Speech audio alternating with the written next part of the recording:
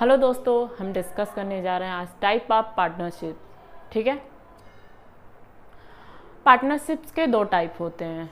एक होता है classification on the basis of duration. ठीक है, समय के हिसाब से पार्टनर को क्लासिफाइड किया गया है। नेक्स्ट होता है classification on the basis of liability के हिसाब से क्लासिफाइड किया गया है।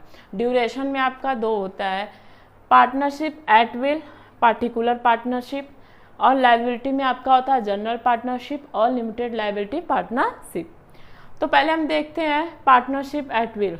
पार्टनरशिप एट विल में क्या होता है कि अगर दो चार व्यक्ति हैं मिलकर पार्टनरशिप किए, ठीक है, फर्म बनाए, और उनका जब मन किया वो अपनी स्वेच्छा से, अपनी इच्छा से उसको छोड़ के जा सकते हैं। ठीक है, उनको कोई ये रोक नहीं है। 2 साल 4 साल 5 साल अपना काम किए एक साथ, फिर वो चाहे तो अलग हो सकते हैं। उनको कोई कंडीशन, कोई रूल रेगुलेशन कुछ फॉलो नहीं करना है। फिर इसके बाद आता है पार्टिकुलर पार्टनरशिप में क्या होता है, जैसे कि मान लीजिए आपको कोई रोड का कंस्ट्रक्शन मिला। ठीक है, रोड बनाना है, तो अगर आपको रोड बनाना है तो आप अकेले तो आपको जैसे रोड बना नहीं पाएंगे।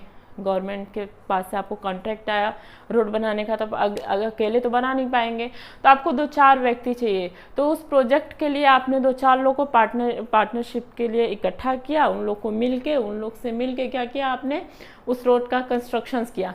जब तक वो प्रोजेक्ट पूरा नहीं होता तब तक वो लोग साथ रहेंगे। प्रोजेक्ट पूरा होते ही फिर वो लोग अपना चले जाएंगे। तब तक ही वो एक समय के लिए ही क्या होते हैं, बंधे रहते हैं, जब तक वो काम पूरा ना हो जाए। ठीक है। इसके बाद आते हैं जनरल पार्टनरशिप में। जनरल पार्टनरशिप में क्या होता है, इसमें जितने भी पार्टनर होते हैं सारे पार्टनर की लायबिलिटी होती है। ठीक है, सारे पार्टनर की अनलिमिटेड लायबिलिटी होती है। और उनका मान लीजिए कि अगर फर्म में कोई लोन इश्यूज हुआ या बिजनेस ने कोई लोन लिया है और वो बिजनेस के द्वारा भरा नहीं पाया, उसका एसेट बेचने के बाद भी भर नहीं पाए, तो ये क्या करेंगे, जितने पार्टनर है सब लोग मिल के उस लोन को पूरा भरेंगे, कंप्लीट करेंगे। ठीक है। इसके बाद आता है आपका लिमिटेड लायबिलिटी पार्टनरशिप। देखिए, इसमें पार्टनर की जो लायबिलिटी होती है लिमिटेड होती है, लेकिन क्या, एक बंदा ऐसा होता है जिसकी जो लायबिलिटी होती है वो अनलिमिटेड होती है। सभी लोगों की लिमिटेड लायबिलिटी होती है, एक बंदे की लायबिलिटी जो होती है अनलिमिटेड होती है। जो भी उसको मान लो कि बिजनेस ने लोन लिया, अगर नहीं भर पाए तो उस व्यक्ति को अपना पर्सनल एसेट सेल करके उस लोन को भरना पड़ेगा। इसके बाद हम देखते हैं पार्टनरशिप डीड में क्या होता है, उसमें जो भी टर्म कंडीशन जो होता है वो रिटन लिखा होता है। ठीक है, पार्टनरशिप डीड क्या होती है, ओरल भी होती है और रिटन भी होती है। तो देखते हैं डिफिनीशन के through, the written agreement which specify the terms and condition that govern the partnership is called the partnership deed। जो रिटन एग्रीमेंट होता है उसमें जो भी टर्म कंडीशन जो सब लिखे हुए हैं हमारे रूल रेगुलेशन, उसको हम क्या कहते हैं, partnership deed. Even though it is not essential to have a written agreement, it is advisable to have written agreement as it constitutes an evidence of the condition agreed upon। देखिए, partnership deed क्या होता है, oral भी होता है, written भी होता है, लेकिन कंपल्सरी नहीं है कि आप उसको रिटन ही रखो। ठीक है, कंपल्सरी नहीं कि आप उसको रिटन ही रखो पार्टनरशिप डीड, लेकिन आपको एडवाइस दिया जाएगा कि रिटन पार्टनरशिप डीड रखो। क्यों? क्योंकि ओरल में मान लो आपने कुछ कहा, कल को भूल गए। ठीक है, कल को भूल गए तो दो पार्टनर में आपस में लड़ाई झगड़े होंगे आराम से, डिशुम।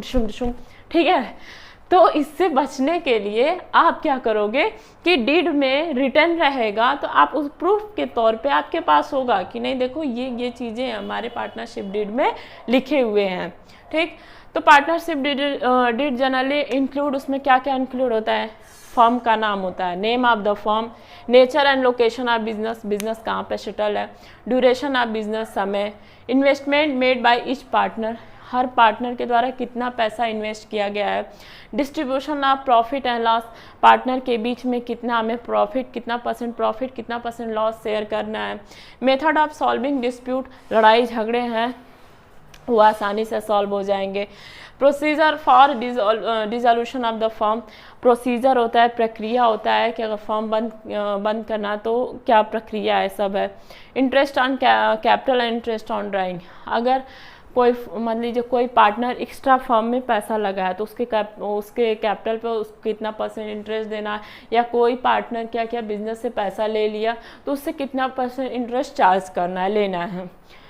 Salary and withdrawal of the partner, कि एक पार्टनर को कितनी सैलरी देनी है, ठीक है। Duty and obligation of partner, her partner का क्या क्या काम करना है वो डिसाइड होता है, ठीक है। अभी आपको आज हम बता दिए टाइप्स ऑफ पार्टनरशिप और पार्टनरशिप डीड, और इसके बाद नेक्स्ट वीडियो में हम लोग लेके आएंगे रजिस्ट्रेशन, ठीक है। फर्म का रजिस्ट्रेशन कंपल्सरी होता है या नहीं होता है, इसके बारे में हम नेक्स्ट वीडियो में जानेंगे। तब तक के लिए हमारे चैनल को लाइक, सब्सक्राइब, शेयर कीजिए और इसको एक बार रिवाइज कीजिए। Thank you so much.